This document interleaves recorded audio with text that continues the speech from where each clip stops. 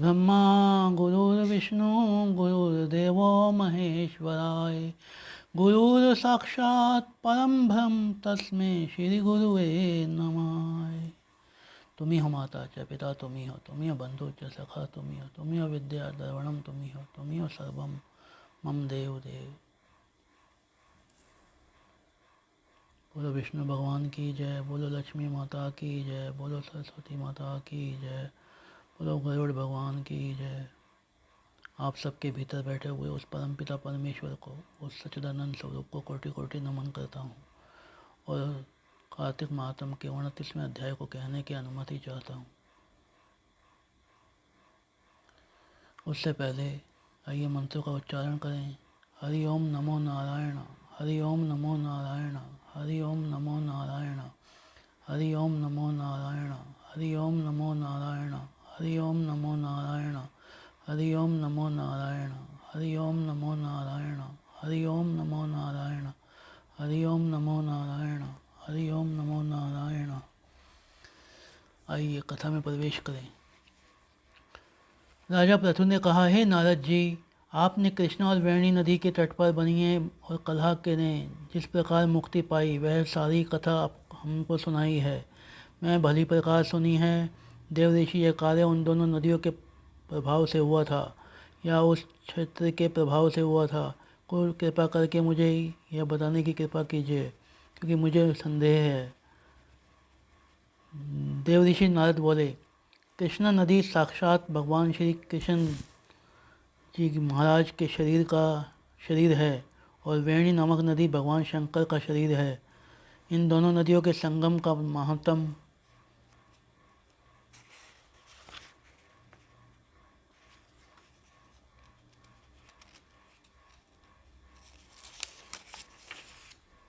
फिर ब्रह्मा जी भी वर्णन करने में असमर्थ हैं। फिर चूँकि आपने पूछा है, अतः मैं आपको उसकी उत्पत्ति का वृत्तांत सुनाता हूँ। ध्यानपूर्वक सुनिए। चाक्षुर मनवंतर के आरंभ में ही भगवान श्री ब्रह्मा जी से सह पर्वत के शिखर पर यज्ञ करने का निश्चय किया। वह सब देवताओं, भगवान विष्णु, शंकर और यज्ञ की सारी सामग्री को लेकर पर्वत के शिखर पर गए। तभी महर्षि भृगु और ऋषियों ने ब्रह्म मुहूर्त में उन्हें दीक्षा देने का विचार किया। उसके बाद उन्होंने श्री ब्रह्मा जी की पत्नी स्वरा को बुलाया और वह बड़ी आहिस्ता आहिस्ता आ रही थी। इसी बीच में ही भृगु ने भगवान विष्णु से पूछा, हे प्रभु, आपने स्वरा को शीघ्रता से बुलाया था या वो आई क्यों नहीं? अर्थात आपने स्वरा को जल्दी बुलाया था तो वो आई क्यों नहीं? यदि ब्रह्म मुहूर्त टल गया तो फिर दीक्षा का कार्य कैसे होगा? इस पर भगवान विष्णु ने कहा, यदि स्वरा यथा समय यहाँ पर ना आई तो आप गायत्री को ही स्त्री मानकर दीक्षा विधान कर दीजिएगा। क्या गायत्री पुण्य कर्म में ब्रह्मा जी की स्त्री नहीं हो सकती? नारद जी बोले, भगवान विष्णु ने भगवान शंकर की बात का समर्थन किया। यह बात सुनकर भृगु जी ने गायत्री को श्री ब्रह्मा जी के दाएं ओर बिठाकर दीक्षा विधान आरंभ कर दिया। ऋषि मंडल गायत्री को दीक्षा दे ही रहा था। इतने में स्वरा भी यज्ञ मंडप में आ पहुंची। श्री भगवान ब्रह्मा जी के पहलू में गायत्री को देखकर ईर्ष्या से क्रोध करके कहने लगी। स्वरा ने कहा, जहाँ अपूज्यों की पूजा होती है, पूज्यों की अप्रतिष्ठा होती है, वहाँ पर दुर्भिक्ष, मृत्यु तथा भय तीनों अशुभ मेघ हुआ करते हैं। यह गायत्री जी श्री ब्रह्मा जी के दाईं ओर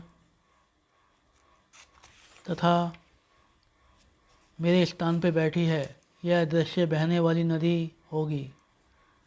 आप लोगों ने अविचार से इसे जो भी स्थान पर बिठाया है, अतः आप भी सबके सब जड़ रूप नदियाँ होंगे।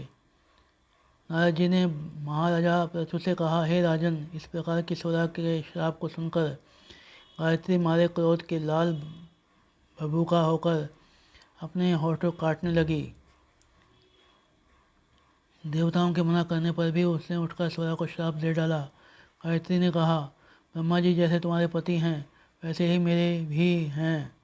तुम व्यर्थ ही श्राप दिया है, अतः तुम भी नदी हो जाओ। नारद जी ने कहा, तब तो देवताओं ने खलबली ही मच गई।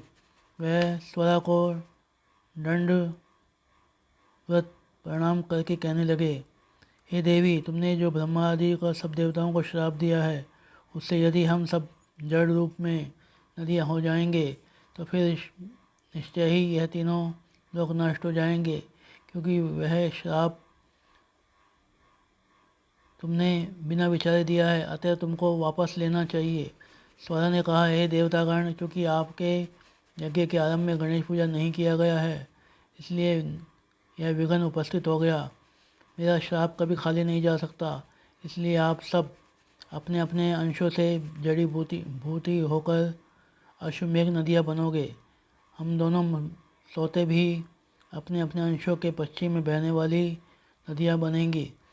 देवऋषि नारद जी ने कहा, राजा पृथु ने कहा कि स्वरा के ये वचन सुनकर सभी देवता विष्णु, शंकर आदि अपने अपने अंशों से नदियाँ बन गए। भगवान विष्णु के अंश से कृष्णा, भगवान शंकर के अंश से वेणी, भगवान ब्रह्मा के अंश से कुकुदमवती नामक नदियाँ बनी।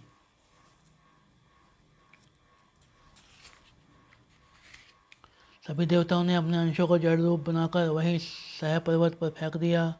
फिर उन लोगों के अंश अलग अलग नदियों के रूप में प्रकट हुए। देवताओं के अंशों में पूर्व आदि